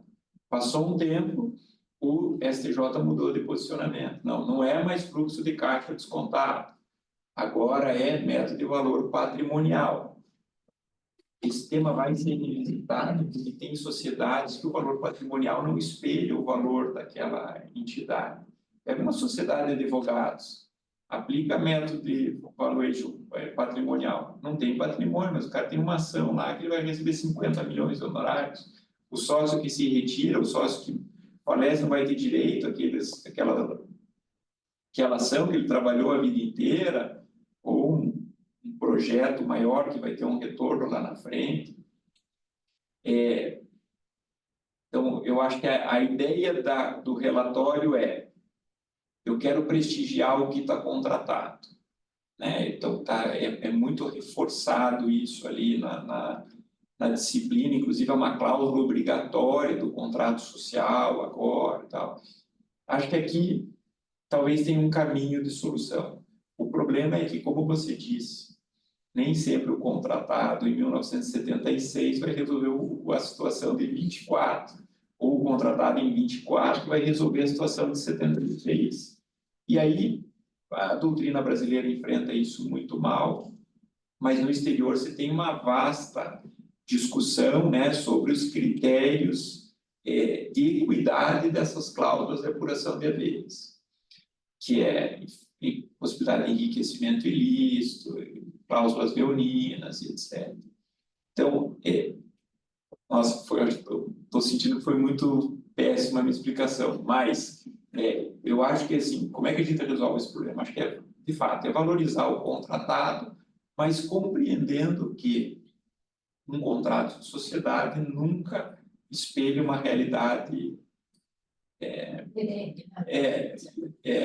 que é uma relação de trato sucessivo, de longo prazo, e que em determinados momentos vai ter que ter controle judicial ou arbitral, né, atividade jurisdicional sobre aquela cláusula. E eu não vejo isso com maiores problemas. Eu nem acho aquela decisão do STJ lá atrás, que foi muito criticada, da Nancy Andrighi, mandando aplicar o fluxo de caixa descontado, não acho tão ruim, né? Porque você tinha uma cláusula que era iníqua no caso concreto, né? O sócio retirante ia receber um valor ínfimo perto do que aquela sociedade representava no caso concreto.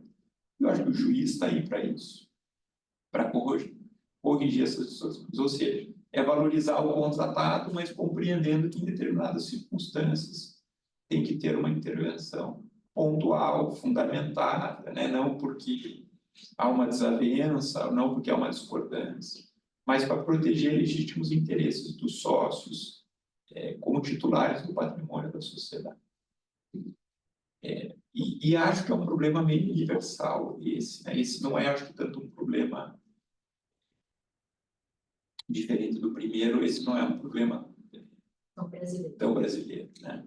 Agora, claro, quanto mais sofisticado é o negócio, melhor fica, né? Você pode aí ter cláusulas diferenciadas por períodos de tempo, aplicando um critério para os 10 primeiros anos da sociedade, outro para 20 para os próximos, enfim.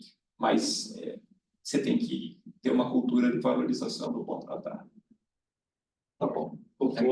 Depois eu adiantar da hora, eu teria vários temas aí. Esse negócio de responsabilidade de comunicação toca especialmente. Foi dado o exemplo aqui de morte, né, da sociedade, da pessoa titular da sociedade pessoal, ou mesmo na sociedade limitada. Pessoas, né? E às vezes a sociedade ela carrega débitos tributários, e me toca, né, especialmente. Aí entra na minha advocacia do dia a dia. E aí, o que acontece é que, muitas vezes, os herdeiros, eles não participam da empresa. Eles não têm ideia exatamente do que acontece na empresa. Alguns herdeiros participam, mas outros não. E hoje, a regra é os filhos não vão para a padaria do pai lá, eles vão ser médicos, vão ser outra coisa. Antigamente, o filho do padeiro era padeiro, né? Por isso que era até o nome da família, né? Na Europa, da profissão do pai. Mas o que acontece é o seguinte, acaba se herdando, contrariamente à regra de que há uma limitação na herança ao patrimônio em relação ao débito do espólio, na realidade isso não ocorre. Por quê? O que é transmitido? É transmitido o CNPJ. É meio esquisito isso que eu vou falar. Mas não é transmitido o prédio, o veículo, a caixinha duplicata aqueles contratos com o banco e a dívida ativa com a Fazenda Nacional, por exemplo. Não, é transmitido o CNPJ. E esse CNPJ é transmitido automaticamente. Assim, o advogado da família lá, o advogado de família, na herança, que não é tributarista, não, assim, numere os bens, ele numera cotas da empresa tal, ou participação da empresa do pessoal. Ninguém reclama, tá? A Receita acha maravilhoso, porque ele se acabou de levar uma de 400 mil milhões, ou 4 milhões, de graça, assim, do nada, Tem o responsável. você é responsável por 4 milhões. Eu falo, vou vender tudo e não vai pagar aquilo. Eu falo, pois é. Então, assim, essa é a vida real, situação prática, né? E por mais que você tenta fazer isso com um juiz lá de família, lá de herança e sucessões, ele não vai entender essas coisas. Porque fala, não, eu transmitiu bem, aí vocês se defendem, não tem defesa. Né? Então, na prática, trabalhista acontece algo semelhante, em parte. Mas na questão tributária, isso é cruel demais. Porque parece que o tributo é uma coisa que está assim, é como se fosse um espírito num corpo, sendo esse espírito o débito tributário e o corpo o CNPJ. O CNPJ foi para a sua mão, você está titular sem... Em adição, pode, né? Em adição, não, em adição, espólio. Exatamente. Aí você é responsável por isso, é solidário com tudo aquilo lá. Bom, mas eu vou encerrar e só destacando a importância desse tema, e ele começa a ter várias situações. Nós ganhamos questões trabalhistas, nem entramos em nenhuma questão trabalhista, arranhamos questão tributária, né? Ficamos na questão societária, mas claro que estadia efeitos todas essas questões tributária, trabalhista, societária, questões de consumidor, direito consumerista. Então, isso é muito importante, esse debate, essa discussão, para exatamente viabilizar os negócios. Senão a gente corre o risco de inviabilizar ou dificultar os negócios. Né? Para encerrar, professor, eu gostaria de entregar essa medalha para o senhor, uma medalha comemorativa. Obrigado.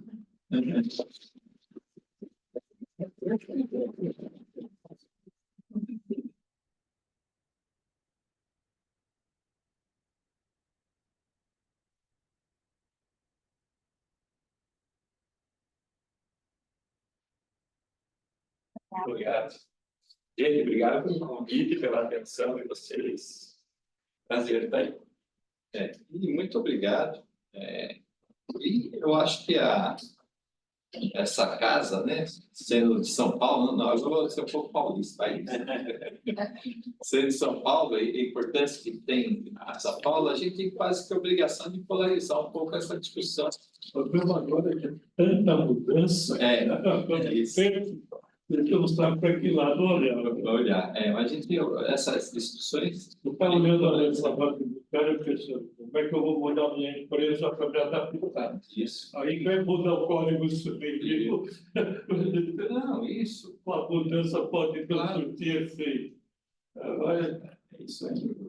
Aí vem a lei dos dividendos, Não, vai mudar. pega novamente tudo. Então, fica... Isso vai passar. Vai Vai ser sempre alguém correndo atrás. Eu acho que por 10 anos, se fosse empresário, Dá vontade. ia viajar e tal, depois volto para ver como é que fica. E vai ser uma mudança maluca. A reforma tributária vai receita disso. Perder noite de sono. Agora Deixa mudar essa moça. Agora deixa mudar. Eu sou pessoa jurídica, prestadora de serviço. Oi. Mas eu já não sei para que lado ligar.